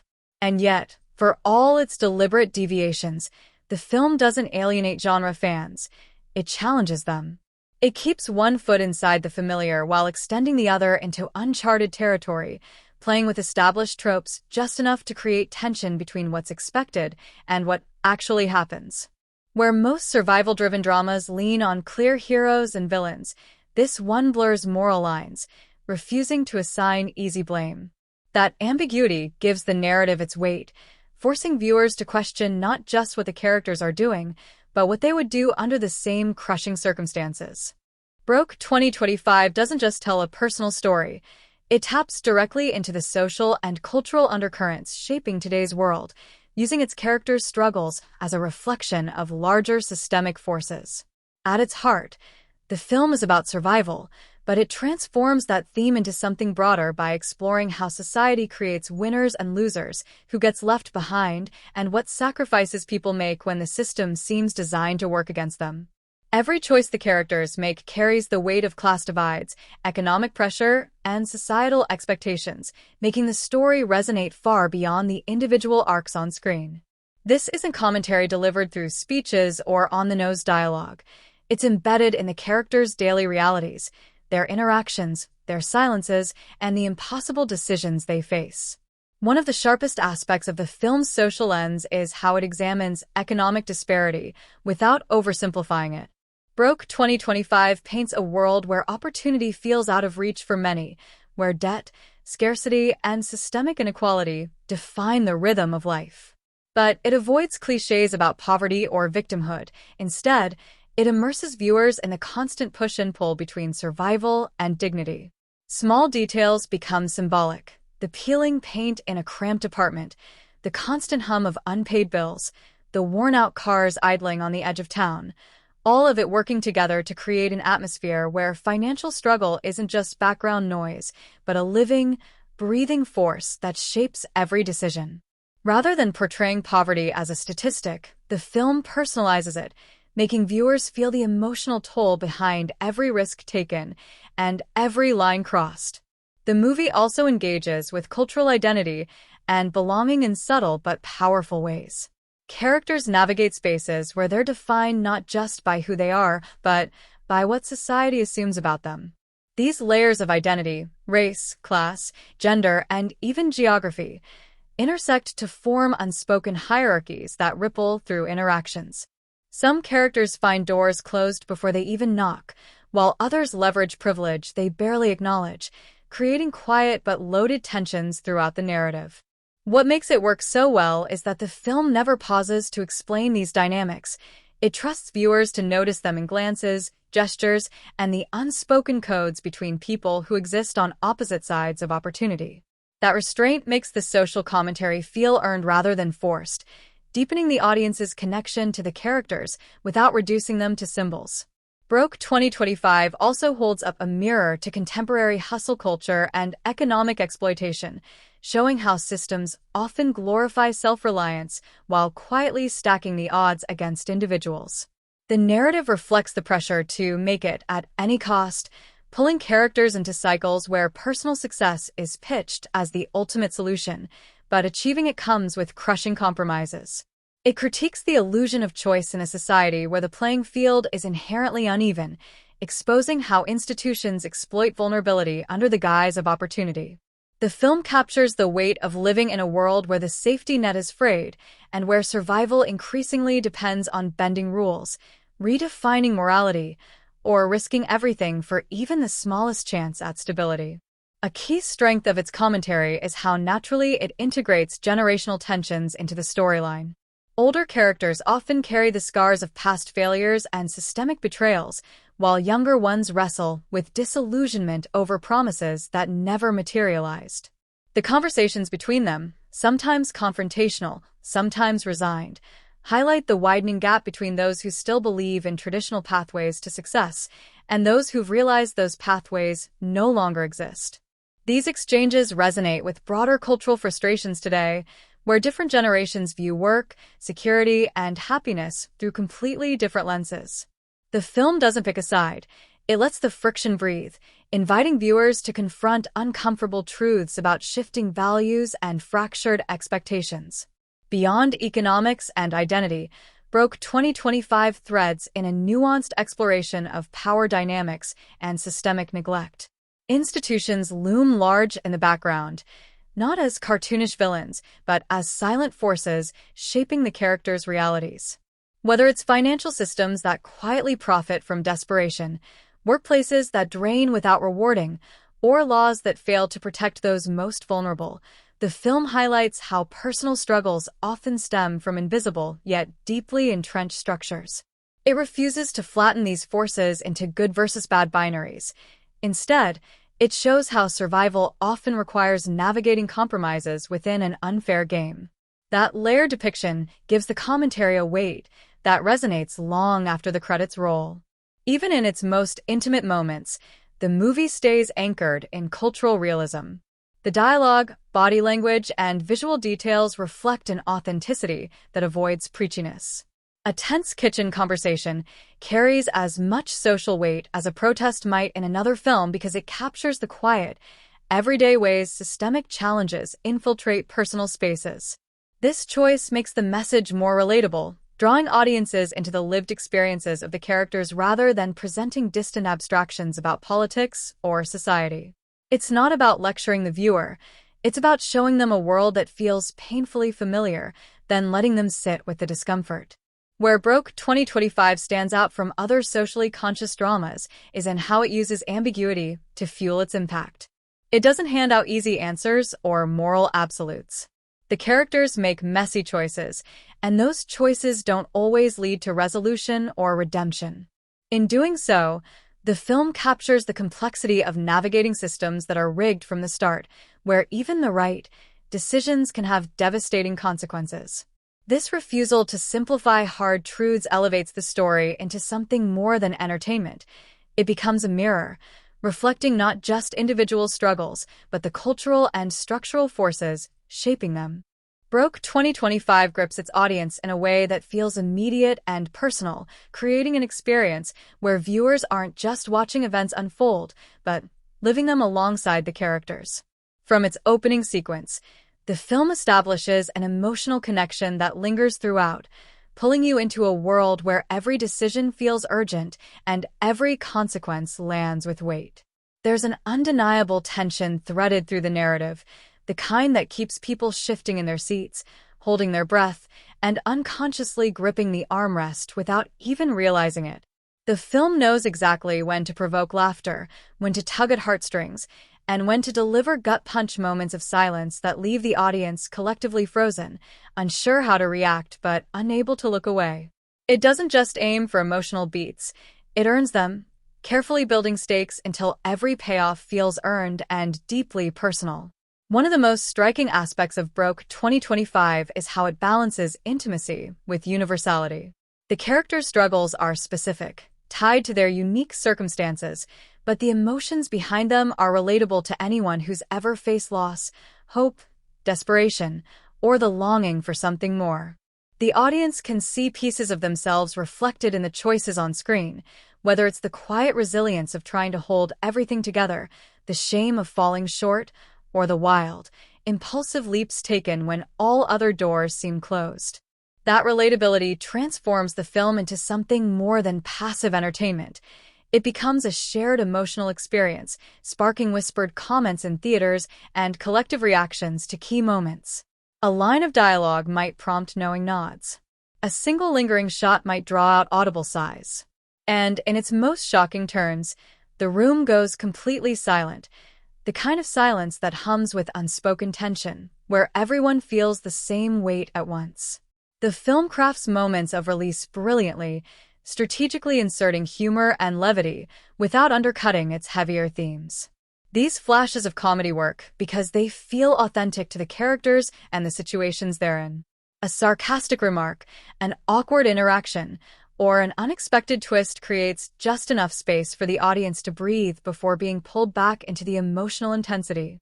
It's the kind of humor that resonates, sparking laughter not because a joke is being told, but because it feels grounded in truth. And this balance is essential.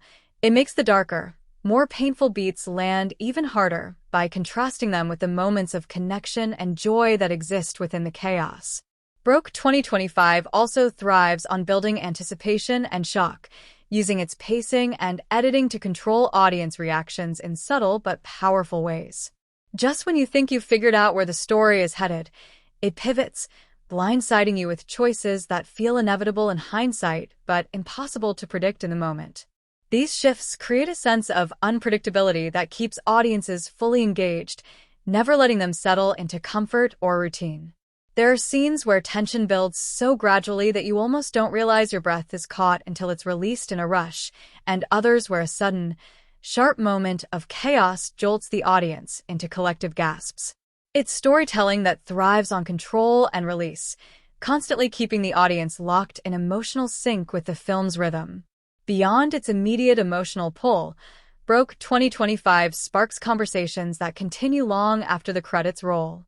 Viewers leave theaters unpacking character choices, debating motivations, and reflecting on the deeper themes hidden beneath the surface. It doesn't deliver neat, tidy answers, but instead invites the audience to wrestle with uncomfortable questions. What compromises are justified in the name of survival? How far would you go to protect the people you love? When does morality bend under pressure, and when should it hold firm? These aren't hypothetical thought experiments. The film makes them feel urgent and deeply personal, leading to passionate discussions that carry into car rides, coffee shops, and online forums. It's the kind of movie that lingers in your mind days later, not because of spectacle, but because of the raw emotional truths it uncovers. There's also an immersive physicality to the experience of watching Broke 2025. You don't just understand the character's stress, you feel it.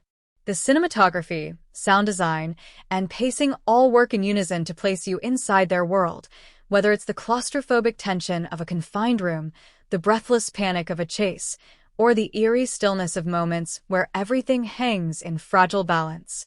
The combination of carefully layered visuals and sound creates a sensory experience that extends beyond intellectual engagement into something visceral. When the characters succeed, there's a surge of collective relief in the room. When they stumble, there's an audible groan of empathy. The boundaries between the screen and the audience dissolve, leaving you suspended in the moment alongside them. What makes the engagement even more potent is the film's replay value. On the first watch, you're caught up in the intensity of the unfolding events, reacting instinctively to the highs and lows. But on subsequent viewings, new layers emerge, hidden details in background visuals, subtle expressions in performances, and thematic connections buried beneath the dialogue.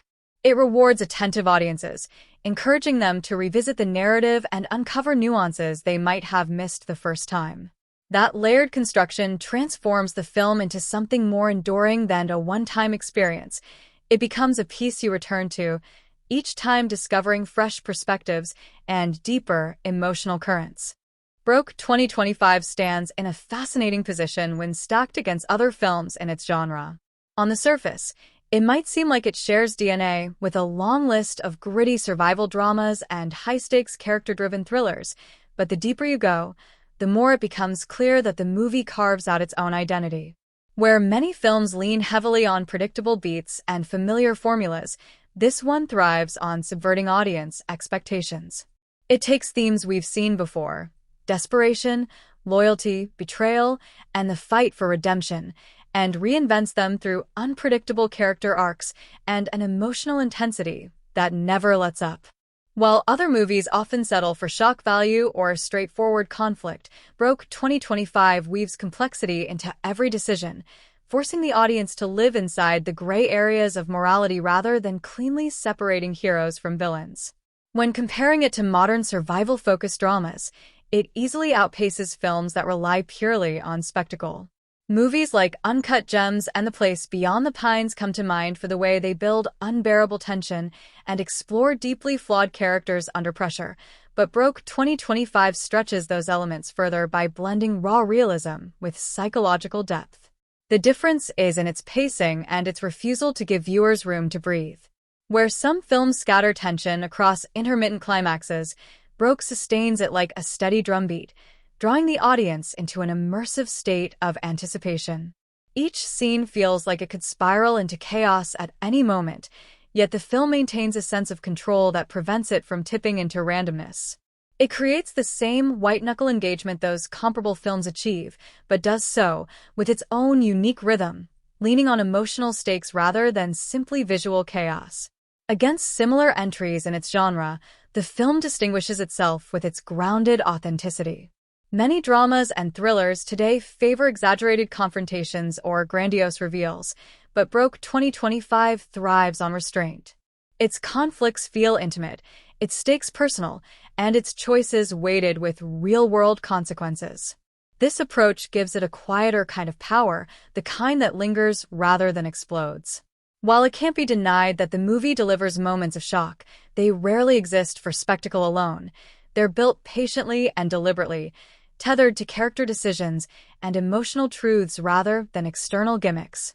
It's an approach that evokes the realism of films like Manchester by the Sea or Moonlight, yet it carries a sharper edge born from constant underlying tension, combining introspective storytelling with cinematic urgency. Looking at the director's previous work, Broke 2025 feels like both an evolution and a departure. Fans of the filmmaker will recognize certain hallmarks: the deliberate pacing, the attention to visual composition, and the focus on character-driven tension. But here, the storytelling takes bolder risks. Past projects leaned on slow burns that carefully built their emotional weight, while this film moves with tighter precision, crafting momentum without sacrificing depth. There's a confidence in its execution, as though the director has refined their style to balance vulnerability and suspense more seamlessly than ever before. Familiar techniques are present, like lingering on quiet, seemingly insignificant details that later hold unexpected weight, but they're wielded with sharper control, keeping the audience locked in with an intensity that outpaces much of their earlier work.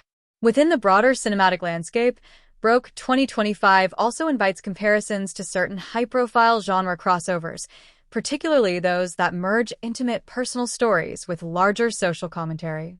Films like Parasite and The Florida Project explored systemic inequality through very different tones, but Broke operates in a space that overlaps them both, less satirical than the former, less observational than the latter, yet carrying a similar weight of truth. What makes it stand apart is its refusal to lean too heavily on metaphor or stylization. Instead, it builds empathy through immersion. The audience isn't just shown what's at stake, they feel it, minute by minute, as though caught in the same spiral as the characters. It's also worth noting how Broke 2025 navigates genre expectations compared to more conventional thrillers. Whereas many films in the same space rely on heightened dramatics and rapid-fire pacing to maintain audience engagement, this one thrives on controlled unpredictability. It borrows the urgency of classics like Training Day or Prisoners, but strips away the artifice, leaving behind something more intimate, raw, and unsettling.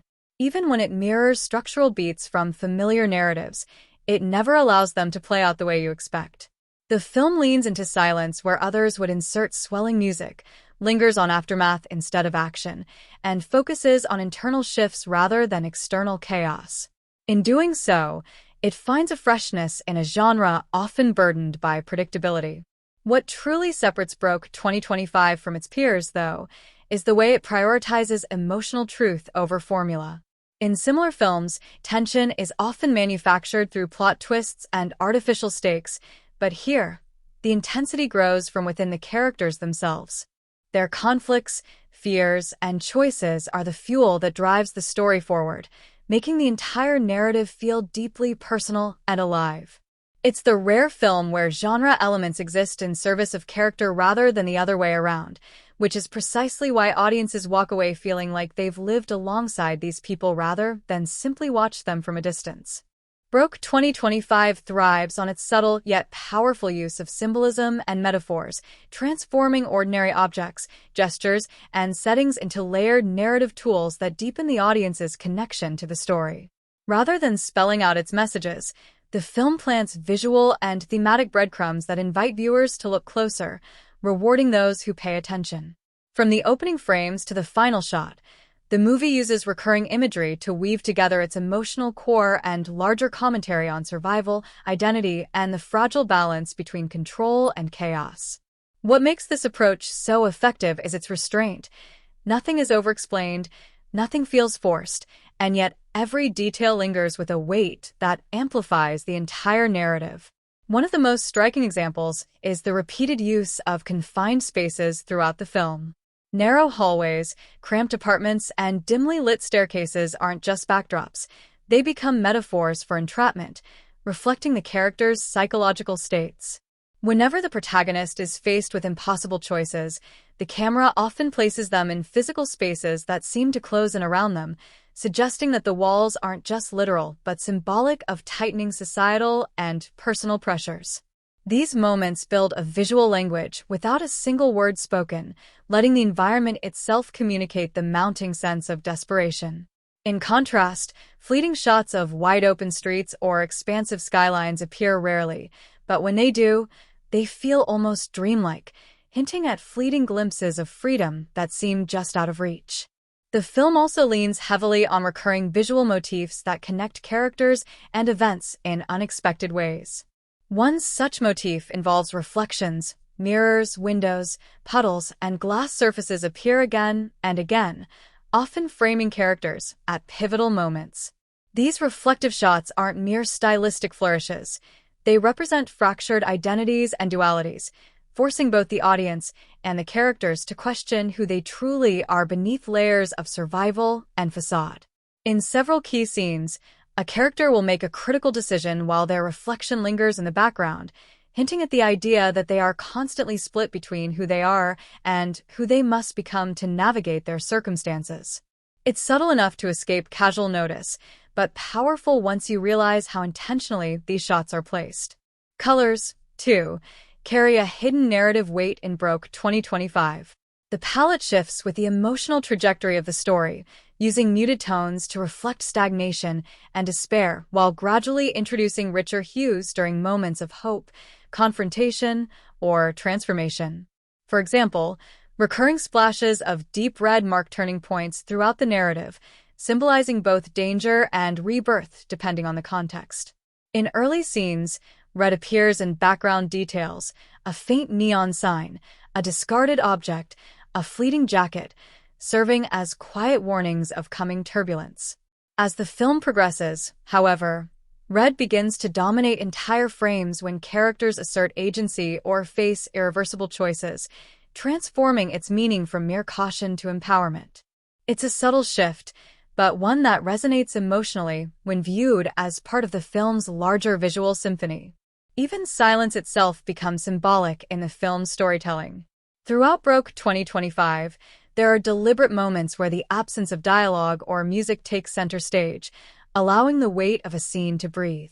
These silences represent emotional paralysis, unspoken guilt, or the suffocating weight of systemic pressures. In one particularly memorable moment, a character's decision plays out in complete quiet, interrupted only by the distant hum of city life. It's an unnerving silence that mirrors the internal chaos they're facing, making the audience lean forward instinctively, straining for meaning in every tiny movement. The film uses sound, or the lack thereof, as a metaphor for emotional suppression and unvoiced truths, giving the narrative depth beyond spoken words. Recurring objects play an equally significant role in layering meaning beneath the surface. A worn-out wristwatch, an old photograph, A cracked window, a flickering streetlight. Seemingly mundane details resurface at different narrative beats, subtly connecting the past to the present. These objects become emotional anchors, holding memories, regrets, and unresolved conflicts within their presence. Rather than inserting lengthy exposition, the film allows these objects to tell their own stories, hinting at the inner lives of characters without explicitly explaining them. In this way, Broke 2025 treats visual storytelling like a puzzle, trusting the audience to assemble fragments into a larger emotional tapestry. Another remarkable aspect of the symbolism lies in the interplay between light and shadow. Throughout the film, the manipulation of brightness within a frame mirrors the shifting emotional tones of the story. Harsh, high-contrast lighting often bathes tense confrontations, stripping away illusions and exposing vulnerability, while softer, diffused lighting defines the rare, fleeting moments of tenderness. In some of the most visually striking sequences, shadows seem to swallow entire characters, suggesting emotional concealment or moral ambiguity, while sudden bursts of light punctuate revelations, making the film's visual design feel alive and responsive to the characters' journeys. On a thematic level, Broke 2025 builds an intricate network of metaphors that speak to larger ideas of survival, sacrifice, and systemic inequality. Water imagery, for instance, surfaces repeatedly, symbolizing both cleansing and suffocation, depending on its context. In one moment, ripples on a quiet surface evoke serenity and clarity, but later, turbulent waters mirror the uncontrollable chaos closing in on the characters. Similarly, recurring shots of thresholds, doorways, gates, and windows suggest transitions, choices, and the constant tension between confinement and freedom. These visual metaphors enrich the viewing experience, allowing the narrative to operate on multiple levels simultaneously, from immediate action to broader philosophical reflection. What makes these symbolic choices especially effective is how naturally they're integrated into the story. Nothing feels heavy-handed or overly academic. The film trusts its audience to notice and interpret meaning at their own pace. On a first watch, you might be swept away by the emotional stakes and relentless pacing, but with each revisit, subtle visual cues and recurring motifs become more apparent, deepening the layers of interpretation. It creates an experience where the movie evolves with the viewer, revealing more of its secrets the closer you look, rewarding curiosity without punishing casual engagement. If Broke 2025 is part of a larger franchise, its most interesting contribution is the way it reframes scale. Instead of delivering another high-octane sequel that trades on spectacle, it can operate as the franchise's moral microscope, widening the universe by shrinking the frame to a single life and showing the ripple effects of previous entries' choices. In that role, it can function as a prequel that explains how the rodeo circuit shaped the protagonist's code, a midquel that fills gaps between big events, or an aftermath piece that explores the human cost of earlier glory. Whatever placement it occupies, it deepens continuity by interrogating the cultural ecosystem, promoters, sponsors, small-town economies, locker room rituals, and by carrying over physical and symbolic touchstones, a busted poster, a mentor's saying, the same trophy case. So, longtime viewers get connective tissue while newcomers get a self-contained study. As franchise anatomy, Broke can recalibrate audience sympathy for recurring characters, reveal unseen consequences that complicate the hero myth, and plant quieter arcs, like a passing of the torch or a systemic critique, that sequels can either honor or contest. Structurally, it's an appetite changer, proving the series can survive tonal shifts and that stakes aren't only raised by explosions, but by emotional truths that retroactively color earlier films. If, instead, Broke 2025 is presented as a historical film rooted in real events or a specific time period, its success hinges on a different set of choices. The production's commitment to research, use of primary documents, consulting local historians and survivors, authentic dialect coaching, fidelity in material culture, accurate vehicles, period signage, props that age correctly, and the ethics of dramatization, where compression and composite characters are used. Are they signposted or justified by a clearer thematic truth? Historical films often trade literal accuracy for narrative clarity, and Broke would be judged on whether that trade elevates understanding or distorts it. Does the film preserve the texture of the era, work rhythms, economic pressures, community rituals, while allowing dramatic economizing, or does it flatten complexity into tidy moral lessons? Immersion is won in the small things. Correct lighting and sound cues for period tech, newspapers and radio items that match the era, costumes that show lived-in wear rather than staged prettiness, and background behavior that reflects the social norms and constraints of the time. Mistakes, anachronistic slang, modern costume cuts, or technology that doesn't belong, pull viewers out of the world and undermine authority. Equally important is how the film handles sensitive historical context. Does it amplify marginalized voices, acknowledge structural forces beyond individual failings, and avoid romanticizing hardship? A historically minded Broke can be both rigorous and humane, using compressed timelines and dramatized encounters to convey larger truths, so long as it signals where invention begins and leans on verifiable detail to earn emotional claims.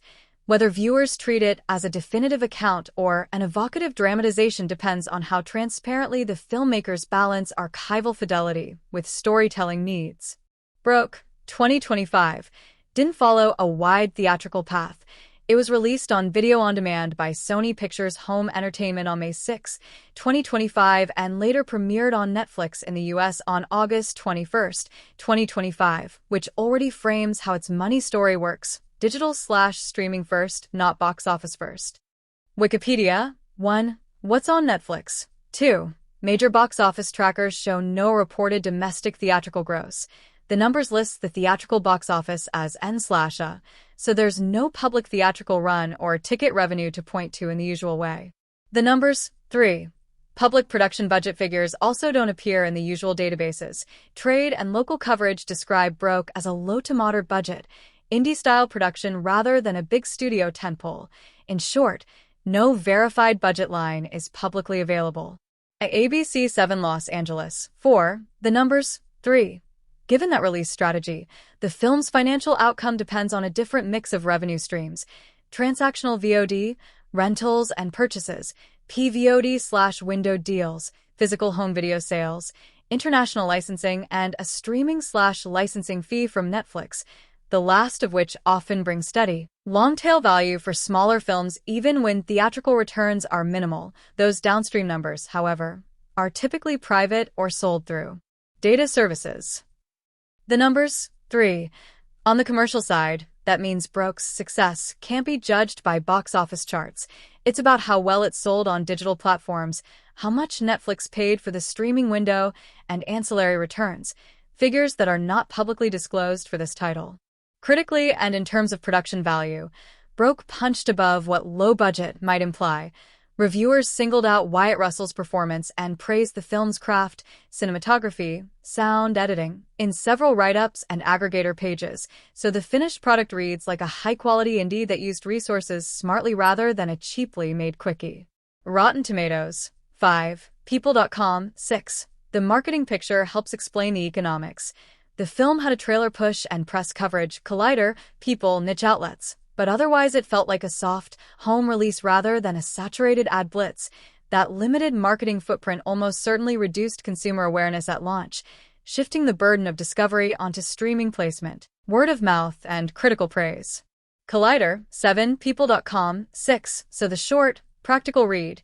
Publicly available sources show no theatrical box office to declare hits or flops, no published production budget line to calculate a theatrical ROI, and positive critical reception plus a Netflix streaming window that likely improved the film's long-term revenue profile. The numbers. 3. Rotten Tomatoes. 5. What's on Netflix? 2. If you want, I can dig deeper right now. Check paid data outlets for any estimated VOD revenue. Search for reported licensing fees to Netflix, or assemble a likely revenue model based on comparable indie/VOD deals so we can estimate profitability. Tell me which route you prefer, and I'll pull the available figures and estimates immediately. Broke, 2025, skipped the traditional theatrical route and instead leaned into a modern release strategy, which means you won't find it on the big screen at your local cinema. It first became available on video-on-demand platforms through Sony Pictures Home Entertainment on May 6, 2025, giving audiences an early chance to rent or purchase it digitally. This move made the film accessible right out of the gate for those who prefer at-home viewing without waiting for months after its release. Later, the film secured a broader audience when it dropped on Netflix in the US on August 21, 2025, becoming part of the platform's steadily growing catalog of mid-budget dramas and thrillers. Once it hit streaming, it quickly found a second wave of attention thanks to algorithm-driven recommendations, trending lists, and renewed online discussions that helped boost its visibility. For those who enjoy experiencing a film with the best possible visuals and sound, renting or buying it on a premium digital service before the Netflix release offered the highest streaming quality, often including 4K resolution and sharper sound design that really makes the atmospheric tension land. Now that it's on Netflix, however, the easiest and most cost-effective way to watch is just to stream it directly if you're a subscriber. This is also where it benefits most from the platform's curated suggestions, the kind where you start watching one film and Netflix immediately leads you into another similar thriller, creating an immersive binge experience. Physical copies, though less common, are expected to be part of the release rollout too, given Sony's distribution approach. For collectors who appreciate directors' commentaries, behind-the-scenes footage, or deleted scenes, Blu-ray and DVD releases typically follow VOD windows by a few months, so keeping an eye out for those would be worthwhile if you enjoy bonus content that deepens your understanding of the filmmaking process. International viewers might notice that availability varies by region due to licensing deals. While Netflix US has the streaming rights, other countries may see Broke pop up on different local platforms, and some might still rely on digital rentals through services like Amazon Prime Video, Apple TV, or Google TV. Using region-specific catalogs or checking Sony's release announcements can help you figure out where it's available in your area. For the fullest impact, Broke deserves to be seen on a setup that enhances its mood-driven cinematography and layered sound design. A quiet room, dim lighting, and good speakers will let you catch subtle details in the dialogue and score that might get lost on a small screen with background distractions. Whether you opt for a high-definition rental, wait for the Blu-ray extras, or stream it on Netflix, the experience shifts depending on the format you choose, but the streaming release has undeniably given it a wider reach and more buzz than its initial VOD debut.